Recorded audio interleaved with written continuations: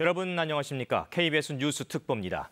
제5호 태풍 다나스가 한반도를 향해 북상하고 있습니다. 이번 태풍은 소형급으로 분류되지만 많은 비를 몰고 올 것으로 예상되면서 피해가 우려되고 있습니다. 먼저 각 지역을 연결해서 태풍 상황부터 살펴보겠습니다. 태풍의 길목 제주도는 오늘 태풍의 영향권에 들며 비 피해가 발생하고 있는데요. 제주 중계차 연결하겠습니다. 이면희 기자, 지금 제주 상황은 어떻습니까? 네, 제가 나와 있는 서귀포시 포구에는 거센 빗줄기가 좀처럼 잦아들 줄 모르고 있습니다. 현재 제주도 남쪽 먼바다에는 태풍 경보가 내려진 가운데 하얀 물거품을 일으키며 포구로 향하는 파도가 태풍이 한층 가까워졌음을 실감하게 하는데요. 시속 16km 속도로 북상하는 태풍 다나스는 오늘 제주에 많게는 시간당 30mm 이상 매우 강한 비를 뿌릴 것으로 예보됐습니다. 현재 제주 전역에 호우 경보와 강풍주의보가 내려졌습니다. 지금까지 한라산에 260mm 넘는 비가 내렸고 성산에 200mm, 제주시엔 120mm 이상 많은 비가 내리고 있습니다. 기상청은 내일 밤까지 제주 전역에 시간당 50mm 이상의 비바람과 함께 산지에 500mm 이상, 그 밖의 지역엔 100에서 250mm가량의 많은 비가 내릴 것으로 예보됐습니다. 도내 일부 초등학교는 학교 시간을 앞당기는가 하면 비 피해도 잇따르고 있습니다. 오늘 오전 제주 시내 주택들과 숙박시설에 물이 잠겼고 우도에서는 도로가 침수됐습니다. 증축 공사가 이뤄진 제주국제공항 여객선 터미널 3층 천장에서는 비가 새 수리가 이루어졌고 맨홀 뚜껑이 유실되거나 나무가 쓰러지는 등 10여 건의 피해가 119에 접수됐습니다. 제주공항에 내려졌던 윈드시어 특보는 해제됐지만 오늘 기상과 항공기 연결 문제로 항공기 100여 편이 결항되거나 지연 운항하고 있습니다. 제주도 앞바다에 풍랑주의보가, 제주도 남쪽 먼바다에 태풍 경보가 발효돼 도내 항포구마다 2천여 척의 선박이 피항해 있고 8개 항로를 오가는 제주기점 여객선 14척의 운항도 전면 통제됐습니다. 지금까지 서귀포시 법한포구에서 KBS 뉴스 이면입니다. 오늘 새벽부터 굵은 장맛비가 내린 부산은 호우특보가 내려진 가운데 침수 피해도 발생하고 있습니다. 부산 앞바다에 나가 있는 취재 기자를 연결하겠습니다. 이준석 기자, 지금은 비 상황이 어떻습니까? 네, 부산은 오늘 새벽부터 세찬 장맛비가 내렸는데요. 오후 들어 소강 상태를 보이던 장맛비는 지금 막 다시 조금씩 내리기 시작했습니다. 오늘 오전 7시 30분을 기해 부산은 호우주의보가 호우경보로 발효됐는데요. 기상청은 오늘부터 내일 밤까지 150에서 300mm, 많은 곳은 500mm 이상의 비가 내릴 것으로 예보했습니다. 장마 전선에다 북상 중인 태풍 다나스가 몰고 온 많은 수증기가 유입되며 지역에 따라 시간당 50mm 이상의 집중호우도 내릴 수 있습니다.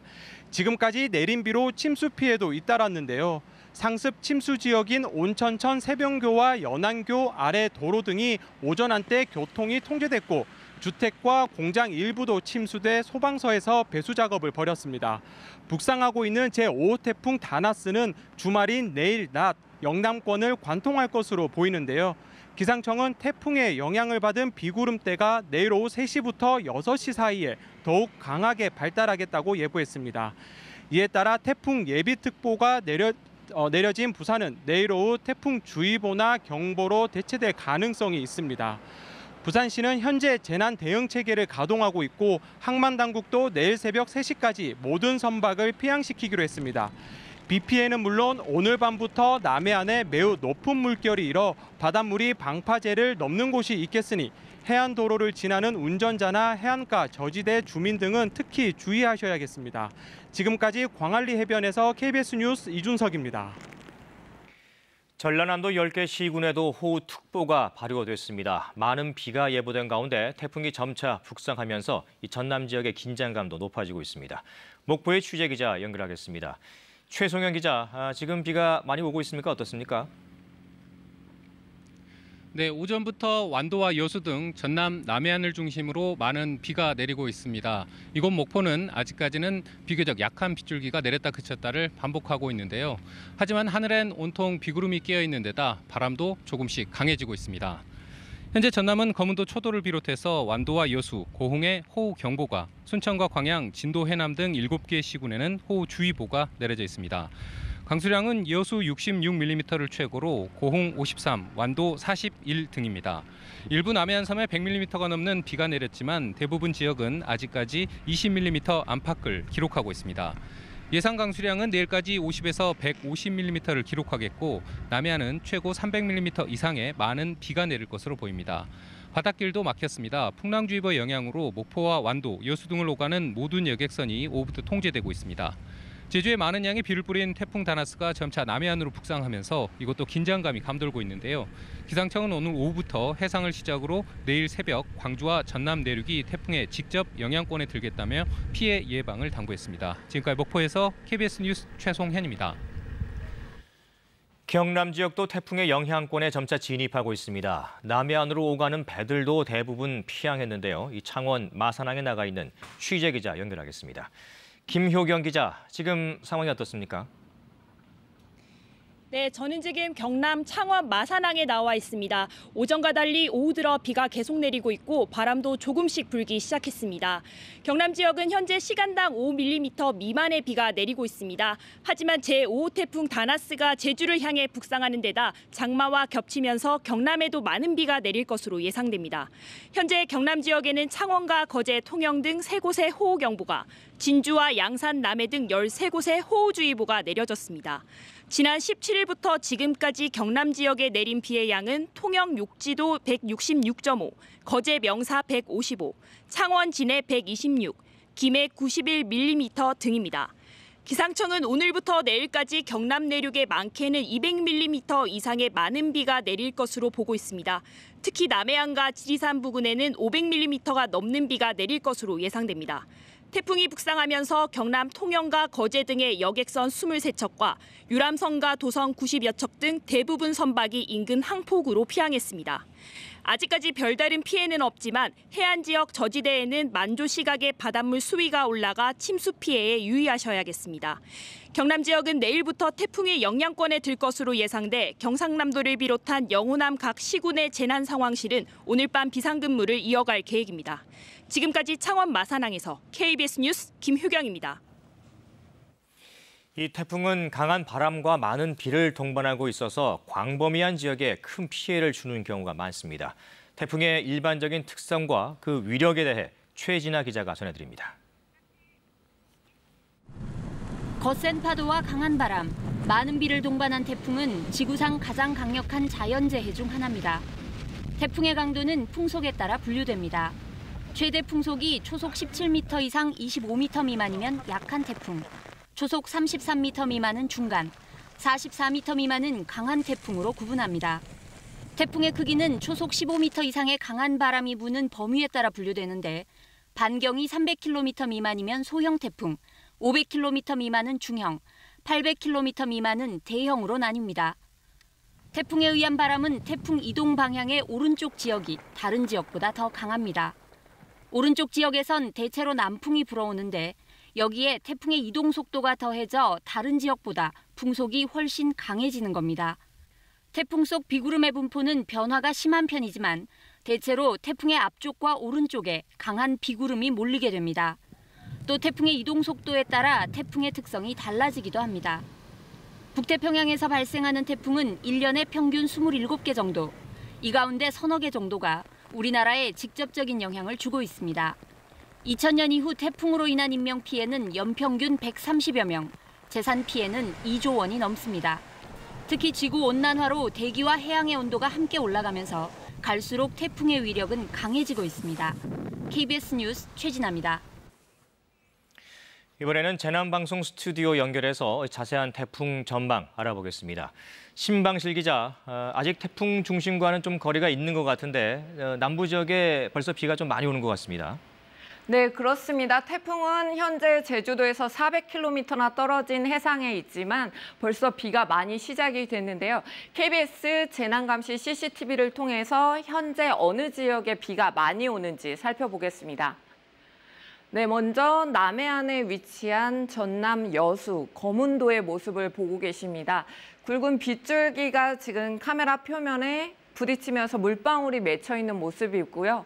장마 전선으로 태풍이 몰고 온 수증기가 밀려들면서 오늘 내린 비의 양이 이곳에서는 이미 150mm를 넘어섰습니다.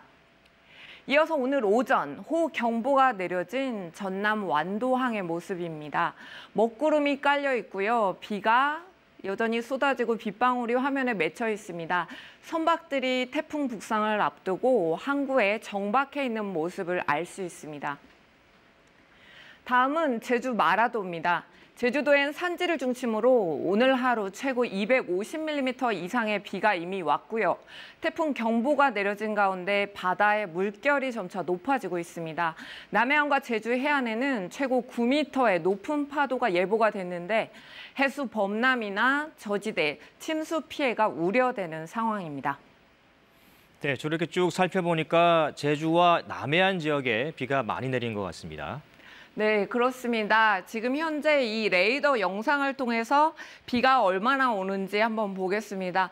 붉은색의 비구름이 현재 제주 동부 해상에서 그리고 남해안 지역으로 계속 밀려오고 있습니다. 이 비구름이 계속 북상하면서 남해안 지역 빗줄기가 점차 제주도에 이어서 굵어지고 있고요. 앞으로 제주와 전남 동부 지역에는 시간당 50mm 이상의 기록적인 폭우가 쏟아질 것으로 예상이 됩니다. 네, 그럼 지금 태풍 다나스는 어디까지 북상했습니까? 네, 현재 위성 사진을 보고 계신데요. 태풍 다나스는 현재 중국 상하이 동쪽 해상에서 북상을 하고 있습니다. 구름의 모습을 보면 거의 우리나라를 다 덮을 정도로 굉장히 영역이 넓죠. 바로 이 태풍의 중심의 오른쪽에 이렇게 강한 비구름이 집중이 돼 있습니다. 태풍의 오른쪽은 바로 위험 반경이라고도 부르는데 태풍의 이동 속도에다가 시계 반대 방향으로 부는 바람의 힘까지 더해지기 때문에 아주 강한 비바람이 집중이 됩니다. 문제는 한반도가 이번 태풍의 진로에서 바로 이 오른쪽의 위험 반원에 놓일 것으로 예상이 된다는 점입니다. 태풍의 예상 진로를 한번 보겠습니다. 태풍은 밤새 제주 서쪽 해상까지 올라오고요. 이후에는 편서풍을 타고 방향을 동쪽으로 틀어서 내일 오전에는 전남 해안에 상륙할 것으로 보입니다. 남부 내륙 지역을 10여 시간 동안 관통을 한 뒤에는 내일 밤에 포항 지역 동해안으로 빠져나갈 전망입니다. 태풍 다나스는 바람보다는 좀 비가 걱정이라고 하는데 앞으로 지켜봐야겠습니다.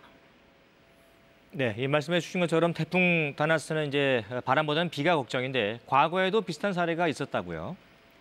네, 맞습니다. 태풍 자체가 지금 소형 태풍이기 때문에 바람이 영향을 주는 지역은 상대적으로 작을 것으로 보이고요. 문제는 태풍이 동반한 이 비구름입니다.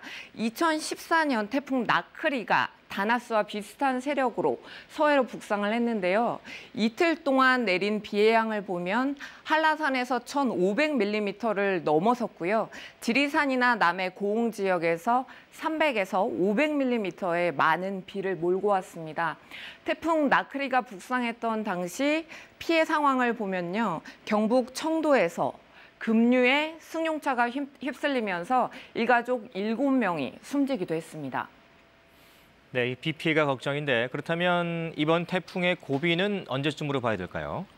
네, 이번 태풍의 최대 고비는 내일 새벽부터 낮 사이인데요. 슈퍼컴퓨터의 강수 예상도를 한번 보겠습니다. 지금 비가 오는 지역을 표시를 하고 있는데 붉은색으로 보이는 이 강한 비구름이 오늘 밤부터 제주와 남해안에 시간당 30에서 50mm의 호우를 뿌릴 것으로 예상이 되고요. 태풍의 중심부가 제주도에 접근하는 자정을 전후해서 바람도 계속 강해질 것으로 보입니다. 태풍이 동반한 이 반시계 방향의 바람이 남해안과 지리산 부근에 순간 최대 풍속이 20에서 30 초속 그 정도의 바람을 몰고 올 것으로 보이는데 이번 태풍의 최대 고비가 바로 이 시점까지가 될 전망입니다. 내일까지 그래서 제주 산간 지역을 중심으로 최고 700mm가 넘는 많은 비가 예보가 되었습니다.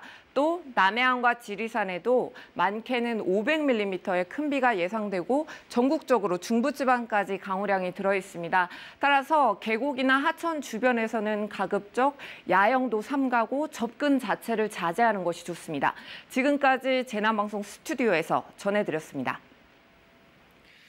이 태풍이 북상할 때 특히 해수욕장은 많은 피서객이 모여 있어서 자칫 큰 피해가 날 수 있습니다. 해안가에서 태풍 피해를 막기 위한 대비 요령을 국현호 기자가 정리했습니다. 태풍이 휩쓸고 간 해안가. 곳곳에 시설물이 부서지고 쓰레기까지 밀려와 마치 폐허처럼 변했습니다. 태풍이 접근하면 바다와 맞닿은 해수욕장은 직접적인 피해를 피할 수 없습니다. 따라서 태풍이 북상한다는 예보가 발표된 상황에서는 해수욕장에서의 물놀이는 물론 해변을 거니는 것도 위험합니다. 특히 태풍이 아직 먼 곳에 있어도 안심해서는 안 됩니다.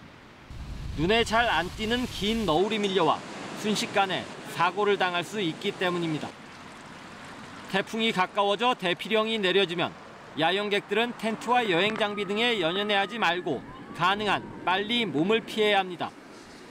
바닷가의 상가 건물들은 차양막 등을 미리 철거하고 건물의 입구는 물론 지하실 통로에도 모래 주머니 등을 쌓아야 합니다. 태풍이 다가올수록 바닷물 수위가 높아져 침수 피해가 발생할 수 있고 해일 피해도 우려되기 때문입니다. 또 횟집 수족관과 유리창 등은 강풍이나 파도에 피해가 없도록 단단히 고정해야 합니다. 해안가에 주차한 차량은 갑자기 높은 파도가 밀려올 경우 피해를 입을 수 있는 만큼 안전하고 높은 지대로 옮겨놓는 것이 좋습니다. KBS 뉴스 국현호입니다. 폭우가 쏟아질 우려가 클 때 침수나 산사태 위험 지역에서는 사전에 집 주변을 점검하고 대피 장소 등을 미리 알아둬야 합니다. 집중호우가 예보됐을 때 어떤 대비가 필요한지 김석 기자가 보도합니다.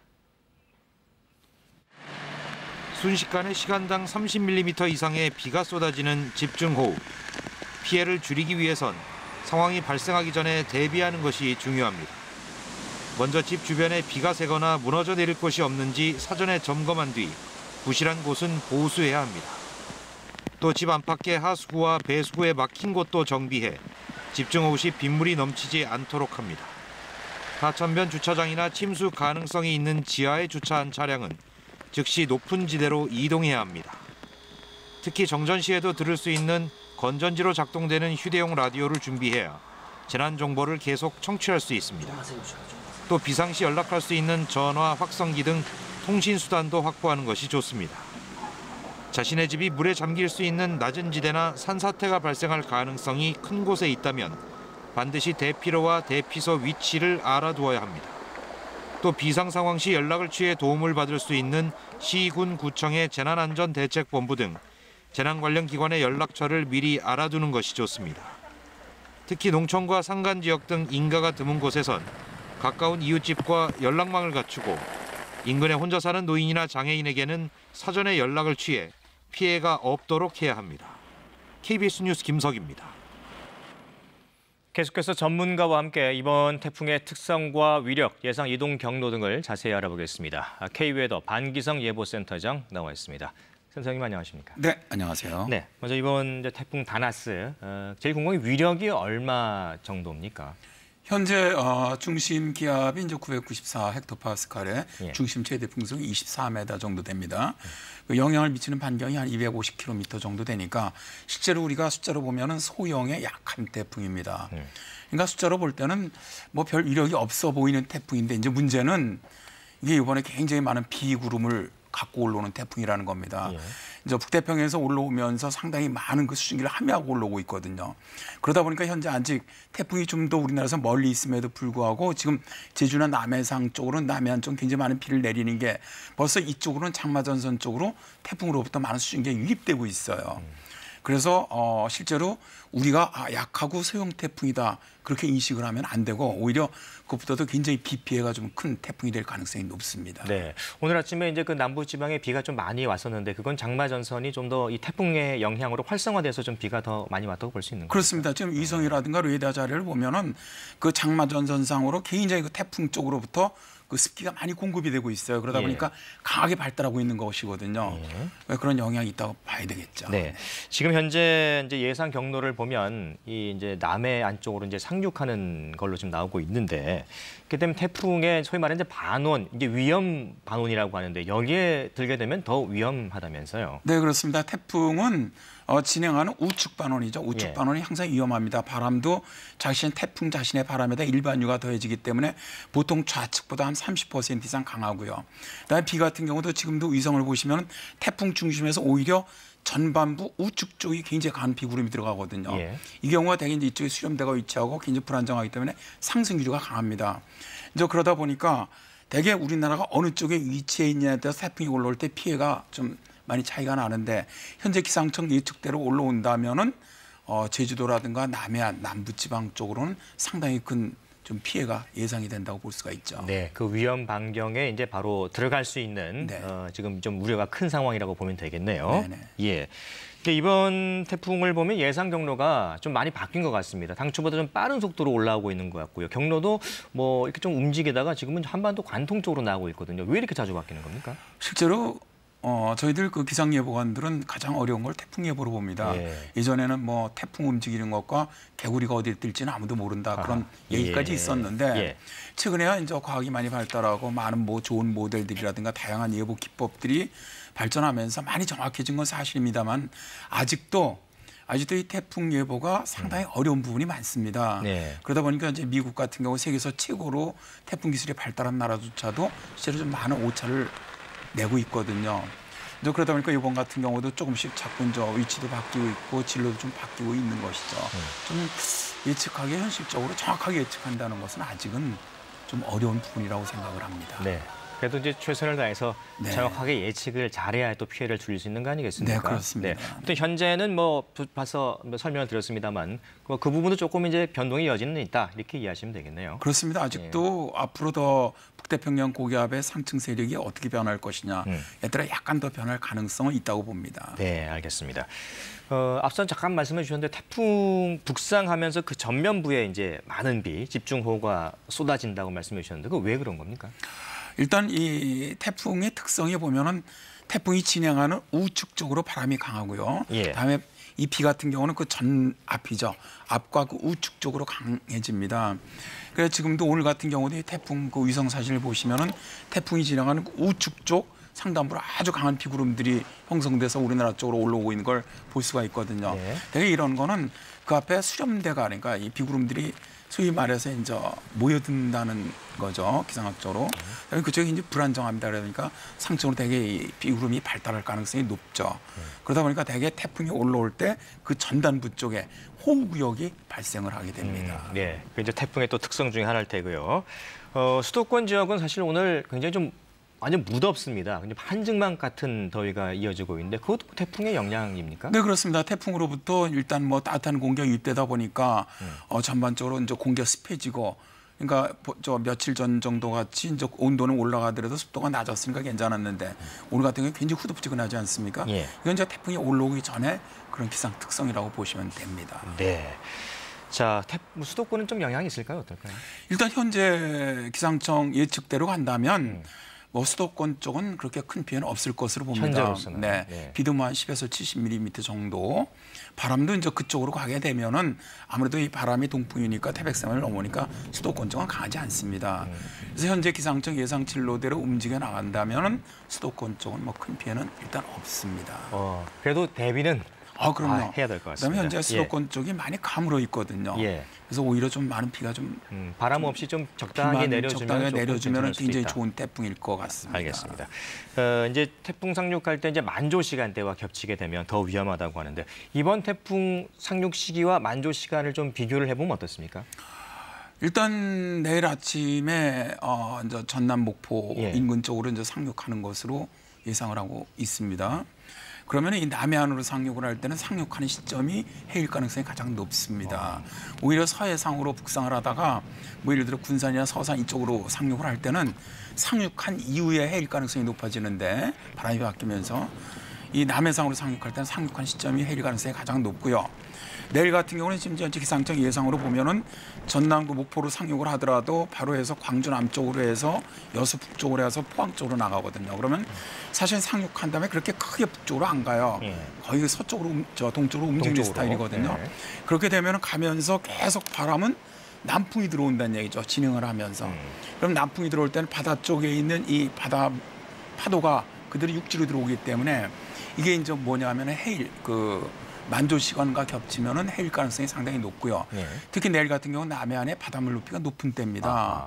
그러다 보니까 이번 태풍이 현재 기상청 예상치로 들어간다면 남해안 쪽이 상당한 피해가 있을 가능성이 높은 그런 태풍으로 그러니까 만조 시간대가 좀 겹친다는 말씀이시네요. 네, 그렇습니다. 그렇게 되면 이제 침수 피해가 좀 많이 우려되는 저지대 상황이다. 침수가 상당히 가능성이 높다고 봅니다. 그렇습니다. 봐야 될 것 같습니다.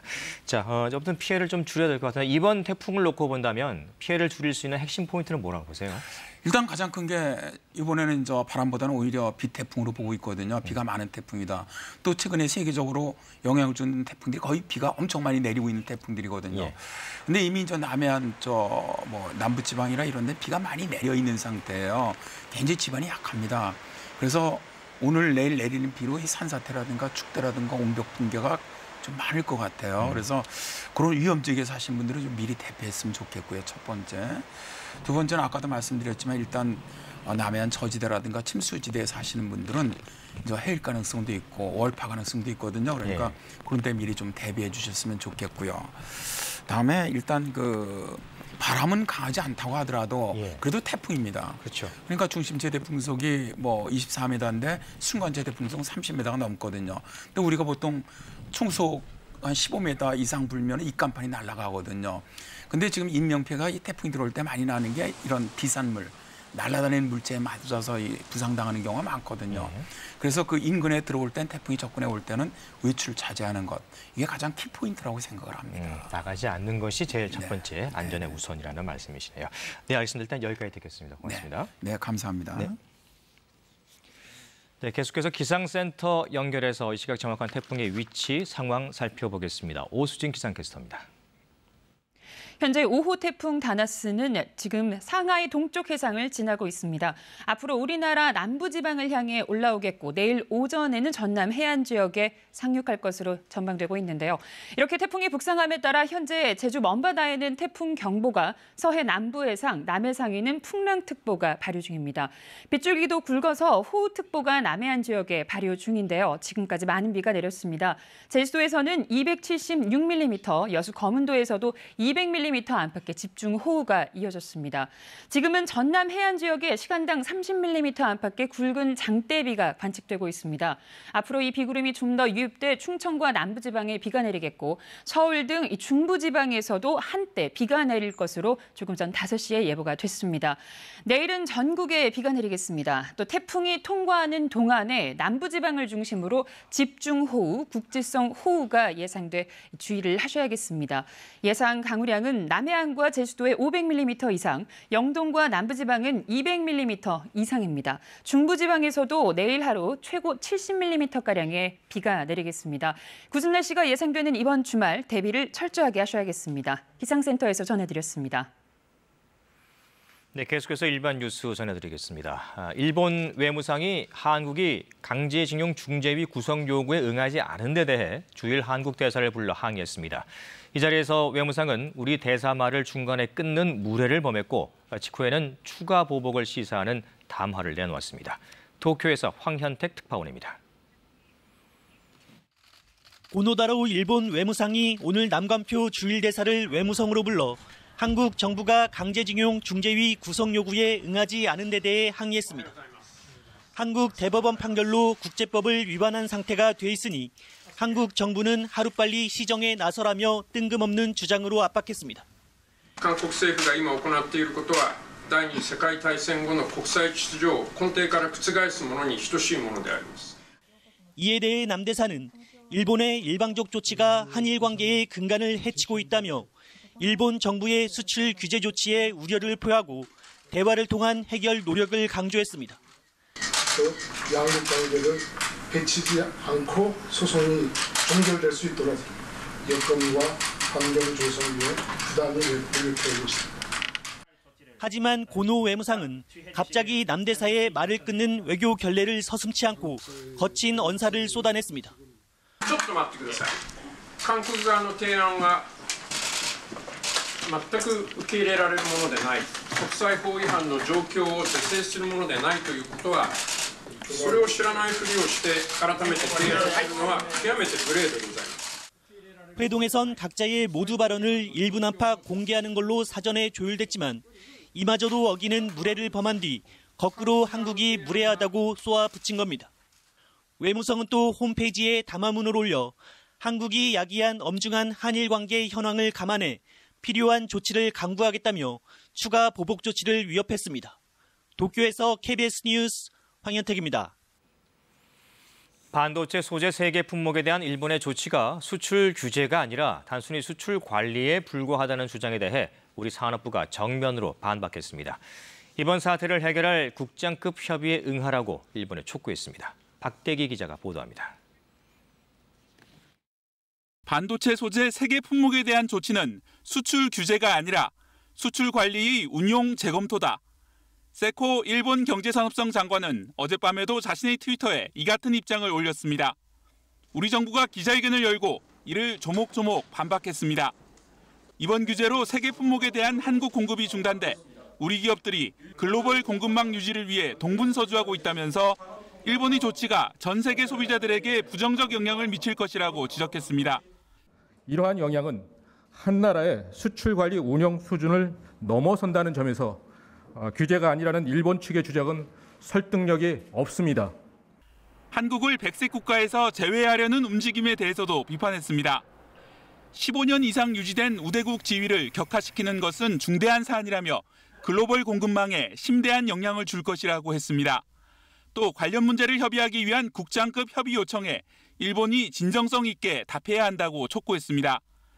무기 전용 가능성이 있는 물자를 통제하는 캐치홀 규제가 미흡하다는 주장에 대해서는 우리 제도를 알지 못해 생긴 오해라고 지적했습니다. 우리나라는 3개 부처와 2개 기관을 합쳐 124명의 전담 인력이 있다는 겁니다. 또 이미 2015년에 국제전략물자 통제 시스템인 바세나르 체제 하에서 일본에 공식 답변했다는 사실도 공개했습니다. KBS 뉴스 박대기입니다. 오늘 새벽 일본 대사관으로 차량을 몰고 간 뒤 차 안에서 불을 지른 70대 남성이 끝내 숨졌습니다. 이 남성은 대사관으로 향하기 전에 지인에게 일본에 대한 반감으로 이 같은 일을 할 것이라고 말했습니다. 오대성 기자입니다. 흰색 승합차 한 대가 건물 입구에 세워져 있고 바닥엔 소화기 분말가루가 가득합니다. 차 옆에는 20리터들이 말통 2개와 부탄가스 여러 개가 보입니다. 오늘 오전 3시 20분쯤 서울 종로구의 한 건물에 70대 남성 김모 씨가 차를 몰고 왔습니다. 차길을 벗어난 김 씨의 차량은 이곳 인도를 따라 일본 대사관이 있는 건물로 진입을 시도했습니다. 경비 중이던 의무경찰이 진입을 제지하자 김 씨는 차량 문을 잠갔습니다. 이어 미리 가지고 온 휘발유와 라이터를 이용해 차 안에서 불을 질렀습니다. 구조했을 때 상체 팔다리 앉는 거 전부 다 화상이 있었고 그다음에 의식이 없었고 호흡 맥박만 있는 상태였어요. 김 씨는 상반신에 2도 화상을 입고 병원 중환자실로 옮겨졌지만 9시간여 만에 화상성 쇼크와 호흡 부전으로 숨졌습니다. 경찰 조사 결과 김 씨는 지인의 차량을 빌려서 일본 대사관으로 향했는데 지인에게 일본에 대한 반감으로 이 같은 행동을 할 것이라고 말한 걸로 확인됐습니다. 또 유가족들은 김 씨의 돌아가신 장인어른이 일제 강제징용의 피해자라고 진술한 걸로 알려졌습니다. 다만 구체적으로 언제 어느 기업에서 징용을 당했는지에 대해선 말하지 않은 걸로 전해졌습니다. 경찰은 관계인 추가 조사와 휴대전화 포렌식 등을 통해 정확한 사건 경위를 조사한 뒤 김 씨가 이미 숨진 만큼 공소권 없음으로 사건을 종결할 예정입니다. KBS 뉴스 오대성입니다. 6월 임시국회 마지막 날 여야가 본회의 일정을 놓고 협상했지만 이 국방장관 해임 건의안 표결 대치로 결국 합의하지 못했습니다. 오늘 밤까지 여당은 협상을 해보겠다는 입장이지만 6월 국회가 빈손으로 종료될 가능성이 커졌습니다. 노윤정 기자가 보도합니다. 6월 임시국회 마지막 날 교섭단체 3당 원내대표는 두 차례 협상 테이블에 앉았습니다. 오전에는 3당끼리 오후엔 문희상 국회의장 주재로 만났는데 회동은 빈손으로 끝났습니다. 민주당은 국방장관 해임 건의안 표결을 위한 본회의 소집은 안 된다는 입장을 고수했고 한국당은 해임 건의안이 안 되면 국정조사를 받으라고 요구했지만 접점을 찾지 못했습니다. 문희상 의장은 오늘과 다음 주 월요일 이틀 본회의를 열어 추경안과 해임 건의안을 처리하는 안, 일본 규탄 결의안을 위한 원포인트 본회의를 여는 안 등 중재안을 내놨지만 받아들여지지 않았습니다.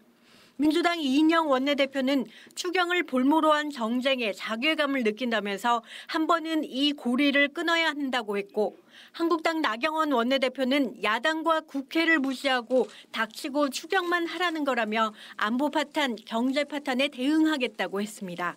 바른미래당 오신환 원내대표는 국방장관 해임 건의안을 놓고 전혀 의견 접근이 안 됐다며 똑같은 주장만 반복됐다고 전했습니다.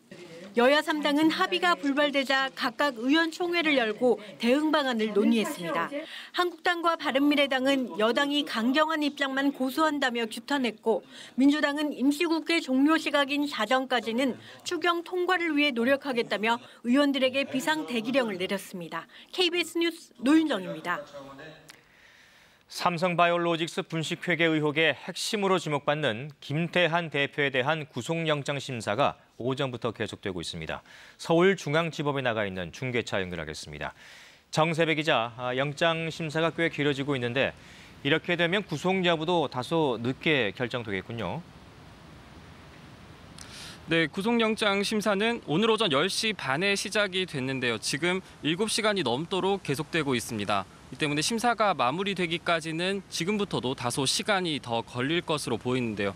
이 수사 시작 8개월 만에 증거인멸 혐의가 아니라 이 수사의 본안인 분식회계 혐의에 대해서 처음으로 영장 청구가 이루어졌습니다. 이 때문에 혐의에 대한 양측 간 공방이 치열하게 이루어지고 있는 것으로 보입니다. 이 오늘 영장 심사 대상은 김태한 삼성바이오로직스 대표와 이 김동중 최고 재무책임자 그리고 신모 상무까지 모두 3명입니다.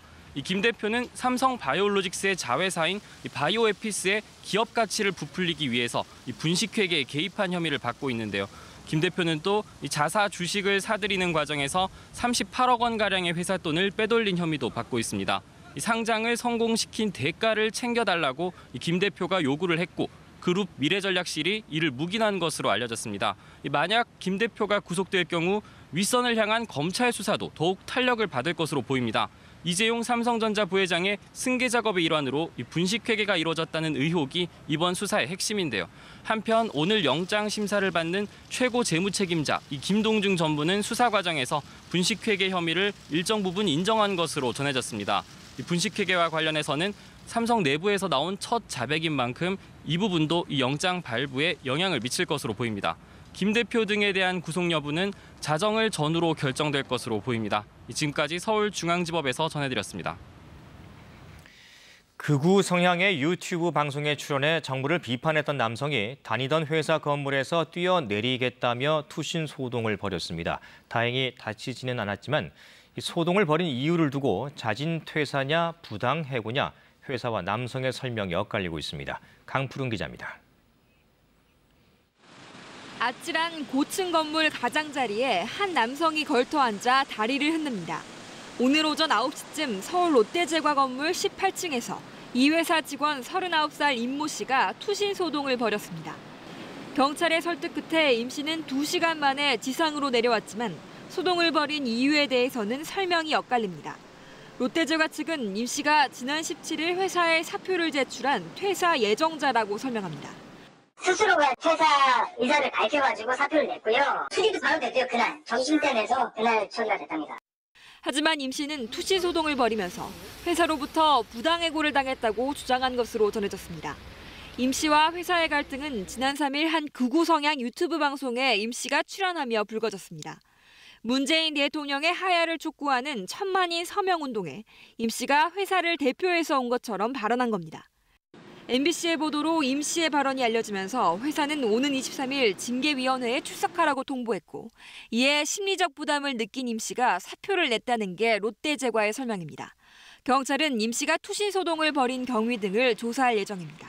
KBS 뉴스 강푸른입니다. 네, 계속해서 태풍 관련 소식 전해드리겠습니다. 제5호 태풍 다나스가 북상하고 있습니다. 태풍의 길목인 제주도는 오늘 태풍 영향권에 들면서 비 피해도 나오고 있습니다. 제주 중계차 연결합니다.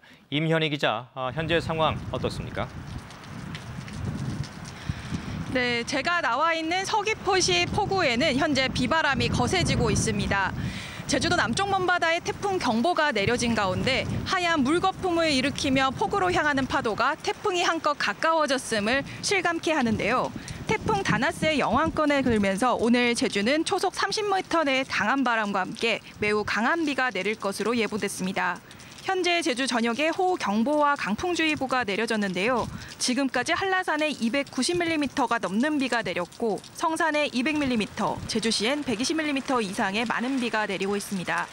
기상청은 내일 밤까지 제주 전역에 시간당 50mm 이상의 비바람과 함께 산지에 500mm 이상, 그 밖의 지역엔 100에서 250mm가량의 많은 비가 더 내릴 것으로 예보했습니다. 도내 일부 초등학교는 학교 시간을 앞당기는가 하면 비 피해도 잇따르고 있습니다.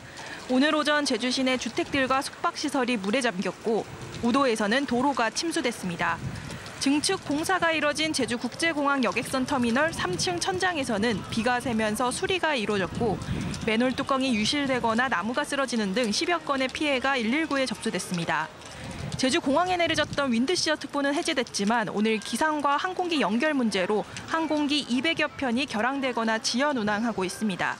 제주도 앞바다에는 풍랑주의보가, 제주도 남쪽 먼바다에는 태풍 경보가 발효돼 제주 도내 항포구마다 2천여 척의 선박이 피항해 있고 8개 항로로 오가는 제주기점 여객선 14척의 운항도 전면 통제됐습니다. 지금까지 서귀포시 법한포구에서 KBS 뉴스 임현입니다. 오늘 새벽부터 굵은 장맛비가 내린 부산은 호우특보가 내려진 가운데 침수 피해까지 발생하고 있습니다. 부산 앞바다에 나가 있는 취재 기자를 연결하겠습니다. 이준석 기자, 지금은 비 상황이 어떤가요? 네, 부산은 오늘 새벽부터 세찬 장맛비가 내렸는데요. 그러다가 오후 들면서 잠시 소강 상태를 보였지만 조금 전부터 다시 비가 내리기 시작했습니다. 부산은 오늘 오전 7시 30분을 기해 호우 경보가 발효돼 계속 이어지고 있습니다. 기상청은 오늘부터 내일 밤까지 150에서 250mm, 많은 곳은 500mm 이상의 비가 내릴 것으로 예보했는데요.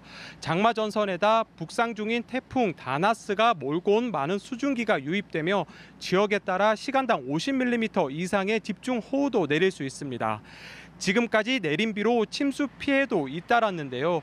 상습 침수 지역인 온천천 세병교와 연안교, 아래 도로 등이 오전 한때 교통이 통제됐고 주택과 공장 일부도 침수돼 소방서에서 배수 작업을 벌였습니다. 북상하고 있는 제5호 태풍 다나스는 주말인 내일 낮 영남권을 관통할 것으로 보이는데요. 기상청은 태풍의 영향을 받은 비구름대가 내일 오후 3시부터 6시 사이에 더욱 강하게 발달하겠다고 예보했습니다. 이에 따라 태풍 예비특보가 발표된 부산은 내일 오후 태풍주의보나 경보가 내려질 가능성이 있습니다. 부산시는 현재 재난 대응 체계를 가동하고 있고 항만당국도 내일 새벽 3시까지 모든 선박을 피항시키기로 했습니다. 비 피해는 물론 오늘 밤부터 남해안에 매우 높은 물결이 일어 바닷물이 방파제를 넘는 곳이 있겠으니 해안도로를 지나는 운전자나 해안가 저지대 주민 등은 특히 주의하셔야겠습니다. 지금까지 광안리 해변에서 KBS 뉴스 이준석입니다. 전라남도 10개 시군에는 호우특보가 발효됐습니다. 많은 비가 예보된 가운데 태풍이 점차 북상하면서 전남 지역의 긴장감도 높아지고 있습니다. 목포 취재 기자 연결합니다. 최송현 기자, 지금 비가 오고 있습니까? 어떻습니까? 네, 오전부터 완도와 여수 등 전남 남해안 지역을 중심으로 많은 비가 내리고 있습니다. 이곳 목포는 상대적으로 약한 빗줄기가 내렸다 그쳤다를 반복하고 있는데요. 하지만 하늘엔 온통 먹구름이 낀 데다 바람도 조금씩 강해지고 있습니다. 현재 전남은 거문도 초도를 비롯해서 완도와 여수, 고흥에 호우 경보가, 순천과 광양, 진도와 해남 등 7개 시군에는 호우주의보가 내려져 있습니다. 강수량은 여수 66mm를 최고로 고흥 33, 완도 41 등입니다. 하지만 일부 남해안 섬에 100mm가 넘는 비가 내렸지만 대부분 지역은 아직까지 20mm 안팎을 기록하고 있습니다. 예상 강수량은 내일까지 50에서 150mm를 기록하겠고 남해안은 최고 300mm 이상의 많은 비가 내릴 것으로 보입니다. 바닷길도 막혔습니다. 풍랑주의보의 영향으로 목포와 완도 등 여수 등을 오가는 모든 여객선이 오후부터 통제되고 있습니다. 제주에 많은 양의 비를 뿌린 태풍 다나스가 점차 남해안으로 북상하면서 이것도 긴장감이 감돌고 있는데요. 기상청은 오늘 오후부터 해상을 시작으로 내일 새벽 광주와 전남 내륙이 태풍의 직접 영향권에 들겠다며 피해 예방을 당부했습니다. 지금까지 목포에서 KBS 뉴스 최송현입니다. 경남 지역도 태풍의 영향권에 점차 진입하고 있습니다. 남해안을 오가는 배들도 대부분 피항했습니다. 창원 마산항에 나가 있는 취재 기자를 연결하겠습니다.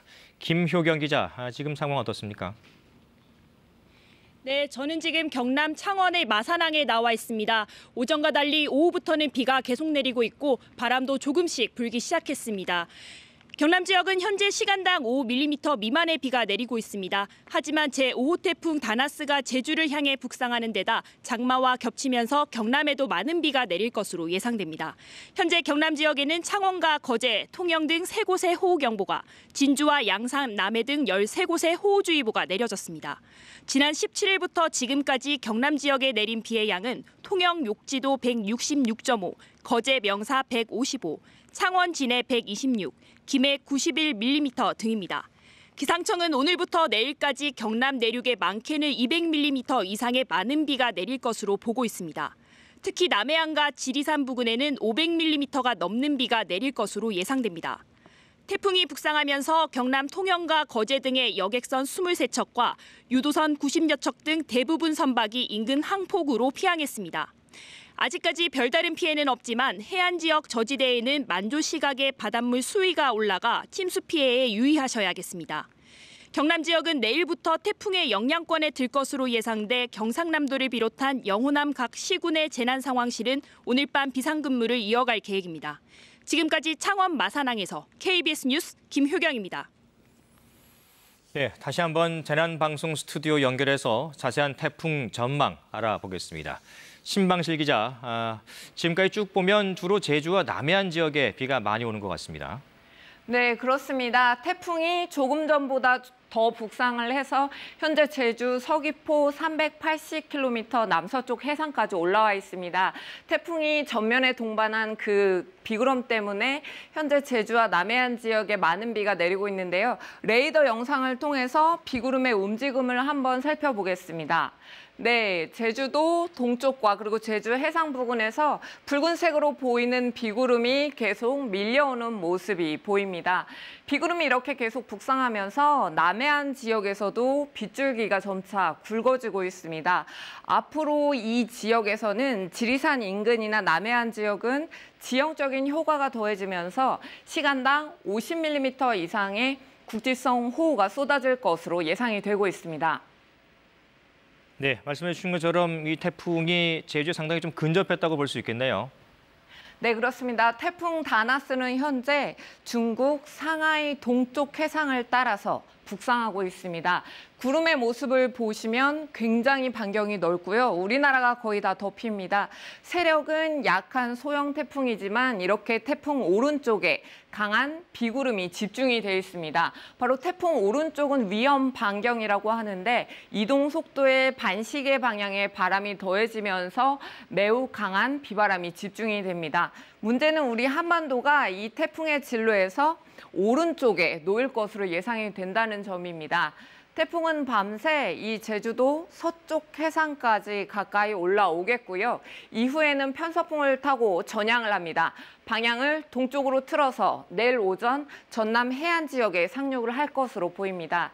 남부 내륙 지역을 10여 시간 동안 관통을 한 뒤에 내일 밤에는 포항 부근 동해로 빠져나갈 것으로 예상이 되고 있습니다. 네, 이번 태풍은 이제 많은 비가 걱정인데 과거에도 비슷한 사례 다시 한번 짚어주시죠. 네, 다나스는 소형 태풍이라서 강한 바람이 영향이 주는 지역은 상대적으로 적을 것으로 보입니다. 하지만 문제는 비입니다. 2014년에 태풍 나크리가 바로 다나스와 비슷한 세력으로 서해를 통해서 북상을 했는데요. 이틀 동안 내린 비의 양이 한라산에서 무려 1,500mm가 넘었고요. 지리산이나 남해, 고흥 등 남해안 지역에서는 300에서 500mm의 폭우를 뿌렸습니다. 태풍 나크리가 북상했던 당시에 경북 청도에서는 승용차가 급류에 휩쓸리면서 이렇게 일가족 7명이 숨지는 사고도 있었습니다. 네, 이번 태풍의 고비 언제쯤으로 봐야 될까요? 네, 이번 태풍의 최대 고비는 내일 새벽에서 낮 사이가 될 것으로 보이는데요. 슈퍼컴퓨터의 강수 예상도를 통해서 비가 언제 많이 오는지 보면요. 붉은색으로 보이는 게 시간당 30에서 50mm의 폭우를 뿌리는 비구름인데 제주를 지나서 시간이 지날수록 남해안 지역 그리고 지리산 부근에 많은 비를 뿌릴 것으로 예상이 되고 있습니다. 또 바람도 태풍이 약하긴 하지만 바람도 역시 태풍이기 때문에 태풍의 중심부가 제주에 접근하는 자정을 전후해서 이렇게 강한 남풍 계열의 강한 바람이 몰아치겠고요. 이렇게 내일 새벽부터 낮 사이에 남해안이나 지리산 부근에는 순간 최대 풍속이 초속 20에서 30m의 강풍이 몰아치면서 이번 태풍의 최대 고비가 될 전망입니다. 그래서 예상 강수량을 보면요. 내일까지 제주 산간 지역에 최고 700mm가 넘는 기록적인 비가 내릴 것으로 예보가 됐습니다. 또 남해안과 지리산에도 많게는 500mm의 큰 비가 예상이 되는데 바로 지금 주말인데다가 휴가철이잖아요. 계곡이나 하천 주변에서 가급적 야영이나 접근 자체를 자제하는 것이 좋겠습니다. 지금까지 재난방송 스튜디오에서 전해드렸습니다. 네, 갑자기 집중호우가 쏟아지면 당황하기 쉬운데요. 이럴 때는 무리한 행동을 하지 말고 침착하게 움직여야 피해를 막을 수 있습니다. 폭우가 내릴 때의 대처 요령을 임종빈 기자가 알려드립니다. 갑자기 집중호우가 쏟아져 일부 피해가 발생하기 시작하면 당황하기 쉽지만 침착한 대응이 필요합니다. 먼저 급변하는 기상 상황을 라디오나 TV 등을 통해 잘 알아두어야 합니다. 불필요한 외출은 하지 말고 부득이 외출해야 할 경우 물이 순식간에 불어나는 하천변이나 계곡은 피해야 합니다. 특히 공사장 부근은 사고 위험성이 크기 때문에 가까이 가지 말아야 합니다. 차량을 몰고 가는 경우에는 속도를 줄여 안전하게 운행하고 무리하게 침수 지역이나 하천을 건너다가는 자칫 큰 사고로 이어질 수 있기 때문에 주의해야 합니다. 집 안팎에 전기 설비가 고장났을 경우 감전의 위험이 있기 때문에 직접 수리를 하지 말고 한전에 연락을 하는 것이 좋습니다. 자신의 집이 물에 잠길 수 있는 낮은 지대나 지하에 있다면 비상 상황에 대비해 미리 대피 장소와 대피로를 알아둬야 합니다. 집 밖으로 대피할 때는 집안의 수도와 가스밸브를 잠그고 전기 차단기를 내려두어야 2차 피해를 막을 수 있습니다. 피해가 발생할 수 있는 긴급한 상황이 닥칠 경우 119로 전화하면 구조나 구급 등의 도움을 받을 수 있습니다. KBS 뉴스 임종빈입니다. 네, 전문가와 함께 태풍 대비 요령, 피해 방지 요령 등을 다시 한번 자세하게 알아보겠습니다. K웨더 반기성 예보센터장 나와 계십니다. 네, 자 앞서 저희가 이제 그 태풍의 위력 또 이동 경로 등에 대해서 많이 좀 말씀을 드렸으니까요. 좀 피해 예방 위주로 좀 말씀을 나누겠습니다. 가장 걱정이 이제 비입니다. 비가 많이 올 것으로 예상되는데 역시 이제 침수 피해가 가장 크겠죠. 네, 그렇습니다. 이번 태풍은 바람보다 오히려 비 피해가 상당히 좀 많을 것으로 예상되는 것이 이 태풍이 올라오면서 그 북태평에서 많은 수증기를 함유하고 올라오고 있거든요. 현재도 장마전선 쪽으로 많은 습기를 갖다가 공급할 수 있는 정도로 그 유성차전에서는 굉장히 그 광범위한 그런 그 비구름을 갖다가 현재 만들고 있습니다. 그래서 현재 예상하는 것은 제주도 산악 쪽은 700mm 이상, 지리산 인근 남해안 쪽은 한 500mm 이상 최상 예상을 하는데 이러한 것들은 일단 그 태풍 자신이 갖고 올라온 비구름에다가 지형적인 영향이 더해지기 때문에 그렇습니다. 이게 남풍이 불면은 계속 이 남해안이라든가 지리산 부근은 많은 비가 내리거든요.